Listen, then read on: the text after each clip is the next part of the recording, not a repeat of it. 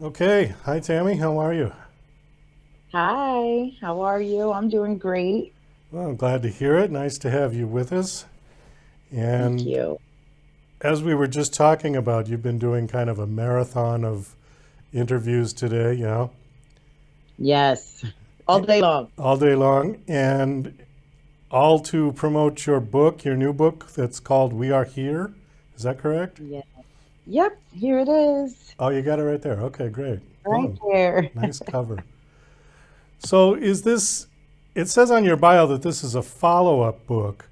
Your first book was called All Because You Matter, and it was a children's picture book? Yes. Okay, is this So also a children's picture book?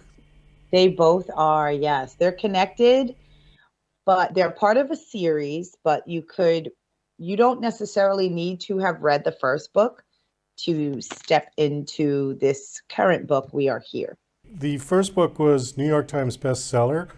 Congratulations for that. Thank you. When did the first one come out? All Because You Matter published in October of 2020. Okay, so not that long, two and a Not half that years or long so. ago. Yeah. Did you think it was going to be that successful? You know, I didn't realize that it would or could be. I just wanted to write something for my son. That's how that story came about. The little boy on the cover, I don't know if you could see Oh, yeah. behind me, that's my son Christopher. So I wrote All Because You Matter. That kind of stemmed from a conversation that I had with him when he was in kindergarten. He learned about Dr. King and he couldn't understand why he was treated so unfairly and why the bad guys hurt him. That's how he said it. So I knew as young as 5 years old that, oh boy, sometimes parents have to have these tough yet important conversations with their children. And that was our first one that young in kindergarten. So I wrote All Because You Matter because I wanted to, have something that really reminded him that there's a place for him in this world. And the beautiful thing is that while the message was for him, it blossomed into a message for all children. When the pandemic hit, my son actually was older and wiser, and then he had more questions because the pandemic, there was a lot of things going on in the news, and he had questions about why certain people were being treated unfairly, why did we have to stay home and wear masks, and my son was just so inquisitive. And this time around, I wanted to write something that really shined a positive light on history. So in We Are Here, I shine a light on the contributions that Black and Brown people have given to the world since the beginning of time. Okay, is the book biographical in the sense that you list various people and then say what their contributions were? Yes, sort of. Sort So of. let me give you Yeah, an give us an example. example. In the book, when I write this spread right here, you see a little girl and you see that there are planets and stars around her. Bryan Collier did the art, he did a great job. I write in this passage, we turned numbers to seasons and patterns, tracked moons in outer space. While I'm not explicitly stating it, that is my nod to hidden figures like Katherine Johnson, who was, she worked for NASA and she was a part of the team that got the first US spacecraft in flight. So I'm paying homage to people like Katherine Johnson. And I have a spread here where I'm giving a nod to Dr. King, one of my favorite Oh, yeah. Americans. And on this spread, I say our joy is the anthem of life heard on monument steps, opera stages, stadiums filled with thousands of faces. So the people that I'm paying homage to, while I'm not explicitly stating it in the text, you see it in the art and it's alluded to. And one thing that I love about picture books, even though picture books are short, you get biographical information in the back. So there are little mini biographies of Dr. King and some of the other historical figures in the book. Give me a couple more. I know Katherine Johnson. I saw the movie. Yes. That was a great movie. Oh, I love that movie. Yeah. So back to that same spread where there's Dr. King. When I say opera stages, that is Marian Anderson. Oh, yeah. And Marian Anderson was a famous African American opera singer. When I say stadiums filled with thousands of faces, though you may not see it in the art, it's listed in the back. I'm referring to the very first Black Olympic gold medalist, and his name was Constantine Henriquez, born in Haiti, which is where my husband's family is from, and he played under the French flag.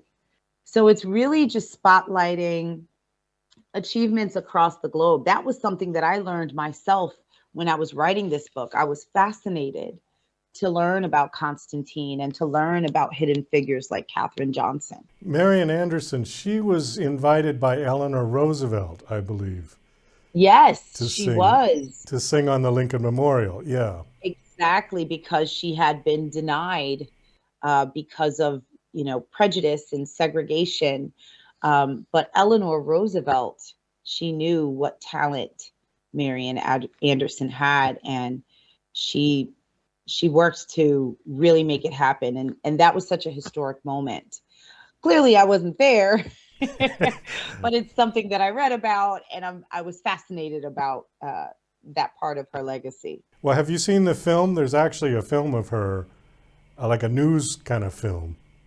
There's a film about Marian Not Anderson. about her, but when she sang on the Lincoln That Memorial. Oh, I need to see it. It's probably on YouTube. Okay, I gotta check that It's out. like a newsreel film, but it's good, and her voice is incredible. Oh, she had it. She had a Yeah. beautiful voice, so rich. Somebody came to mind. I thought I'd throw him out. See if you did. You put Jesse Owens in there? I did not. Oh, And okay. let me tell you, because when you're dealing with picture books, you're only given such small real estate. I don't know if you can see Oh, how yeah. thin All the book right. is.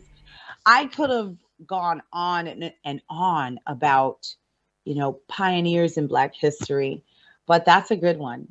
Well, there's been so many. So, how did you decide which ones were going to go in your book? Part of it was my own doing, but I have to give Bryan Collier credit because he drew in Muddy Walters and Howlin' Wolf. And I have to say, I had not heard of them. Of course, when we were working on the book, I looked up Muddy Waters. I mispronounced his name, and Howlin' Wolf. And when I listened to their music, it instantly made me think of today's music and how the music of the past, you can hear traces of that in today's music. So they're like two giants in the blues and jazz genres. So that was pretty interesting too, just learning about new musicians and seeing them drawn in the art. Had you done any work as an author before these books? Yes. So my first book was published in 2018. That was a novel, and that was called Like Vanessa. Again, sort of historical. Who knew that I would grow to love history so much? But that book was about a girl who witnesses the first Black woman to win Miss America, and that was Vanessa Williams. So my character sees that moment, and she's inspired within that moment, and she joins a contest at her school, even though there are certain bullies at school who thinks that she doesn't stand a chance. So that was my first book, 2018, and I've been writing ever since. I think I am on my 13th published book since then. I've kind of lost count. Are you a full-time writer? I mean, is that what you do for a living? Yeah. Yes, yes. Oh, that's good. Prior to this, I was a teacher, and I was juggling teaching and trying to become an author at the same time. But at a certain point, I just had to really go for it and just follow my dreams, go all the way with it. So right now I am full-time author, but I do get to go to schools. So I still get to wear my teacher hat sometimes. When you wrote your picture books, did you use your son as the kind of your first critic? Like you say, well, what do you think of this? And do you Yes. like this bit? Yeah. And he loves giving his opinion and telling me what doesn't work. Or God forbid, if I try and use some type of current slang and I get it wrong, he's the first one to tell me, no, that's not how we say it. So yeah, he's my best critic. Well, overall, he liked the book, though. Yeah.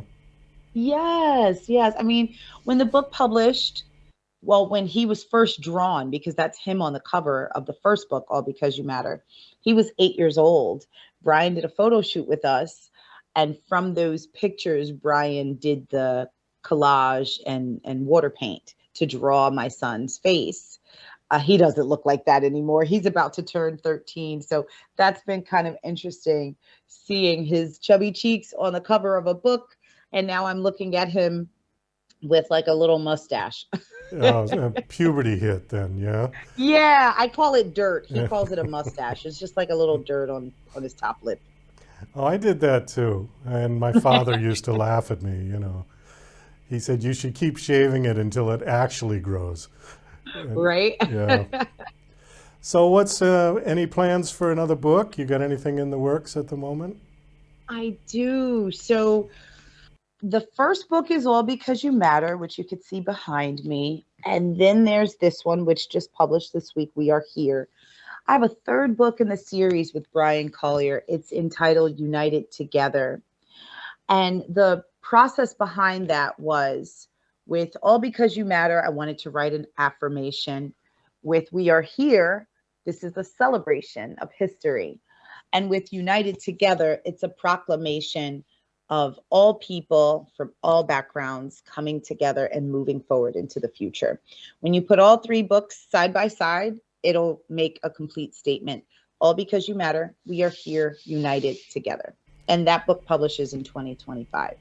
Oh, that's great.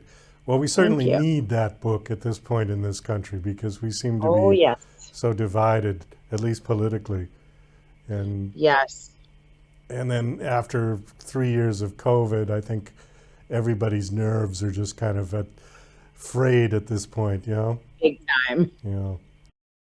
Okay. Well, Tami, we do have to wind this down. We've just kind of run out of time.